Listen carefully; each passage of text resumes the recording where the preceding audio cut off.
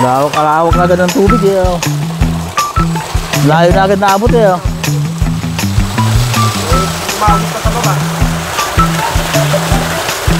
Nasa tubig ang kayamanan.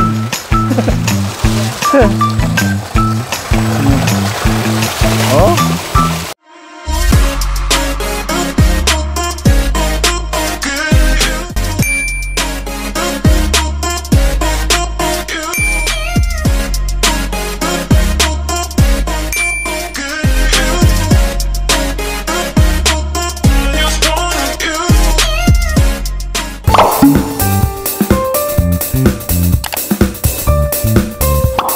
Kaya po mga kabayan, pupunta po tayo dito sa palayan po ng aking tiyahin.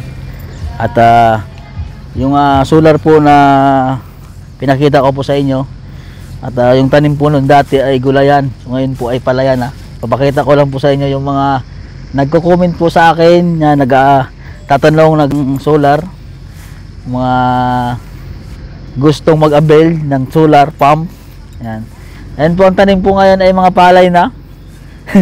Pupunta po tayo dito. Ayan po ang napagawa po kong tiyuhin. Takot sa camera. Tumago. Pupunta po tayo dito at papaganahin po natin yung solar. Papakita ko lang po sa inyo dahil marami pong nagko-comment po sa akin kung paano po mag-build ng solar at kung magkano nga po yung halaga. So ito po ang nagastos po lang tiyahin ko po dito ay nasa 180,000. Lahat-lahat na po yun. Deliver, install, lahat na po yun. Pero ngayon po ay parang bumaba po ata siya. Depende po sa layo ng lugar kung saan po kayo nakatira. Ayan. Luzon, Visayas, Mindanao po. Ayan.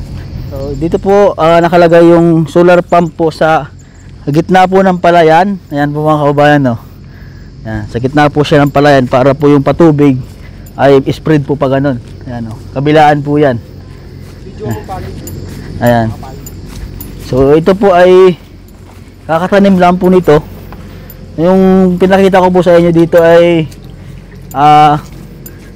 tanim po nito ay mga ampalayahan po, mga tanim ng kuya ko. Ngayon po ang tanim niya naman po ay mga palay po ang tanim.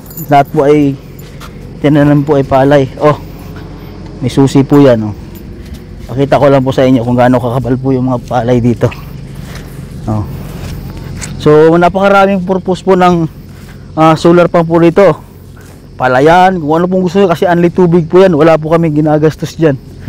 So sa una nga lang po mga kabayan ay siyempre mag-i-invest po tayo para sa ating mga sakahan. Yun po talaga, gagastos po tayo ng malaking pera. Tapos mababawi naman po natin agad-agad yun. Ayan po, tingnan niya po.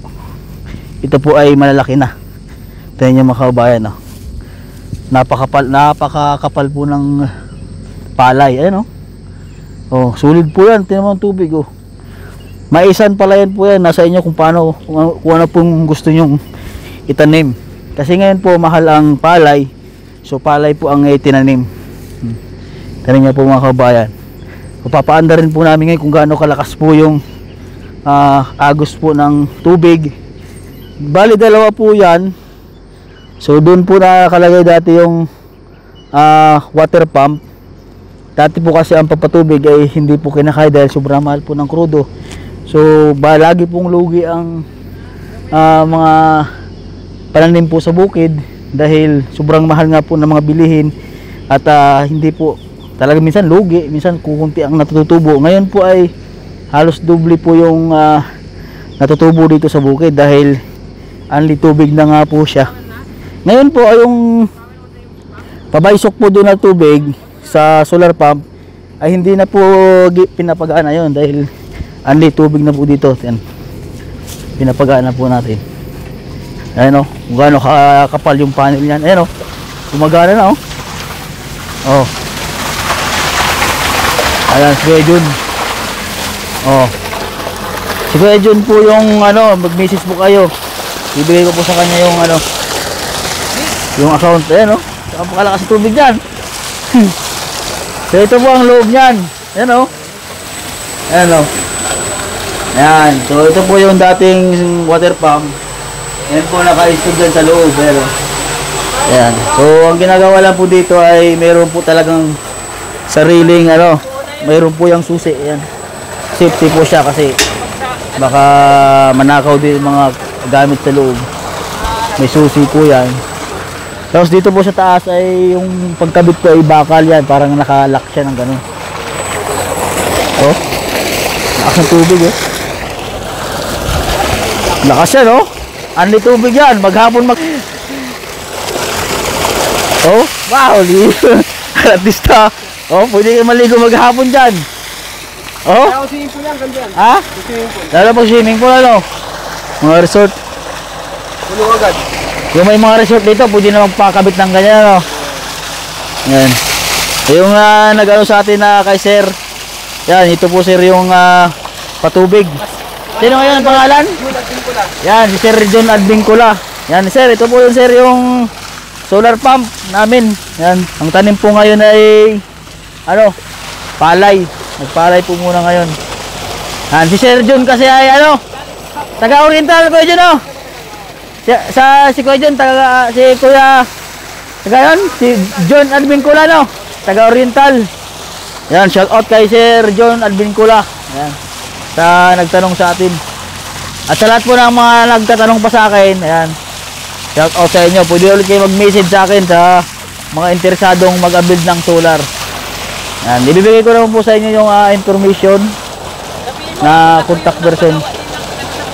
Ayun, si yung TN ko po ay nagpagawa din po ng solar Solar water pump. o kaso yung sa direct sa 600 meters. 600 meters. Pinagkuha na namin.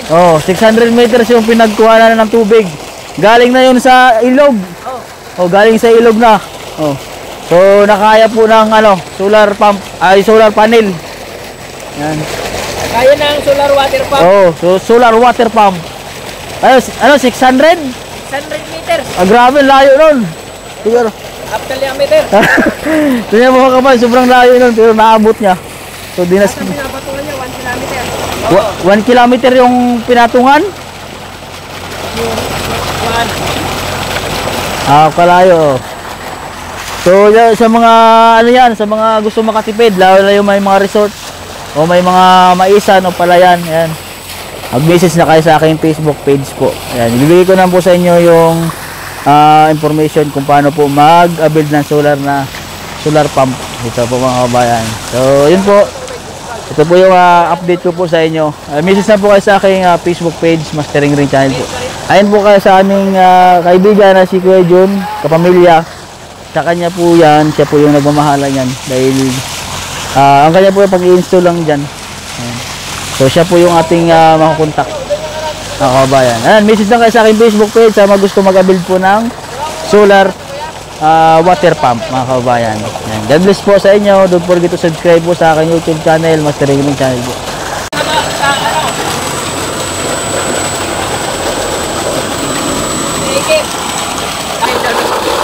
Takpan mo kuya rin ang wala sa press. Ay, hindi matakpan.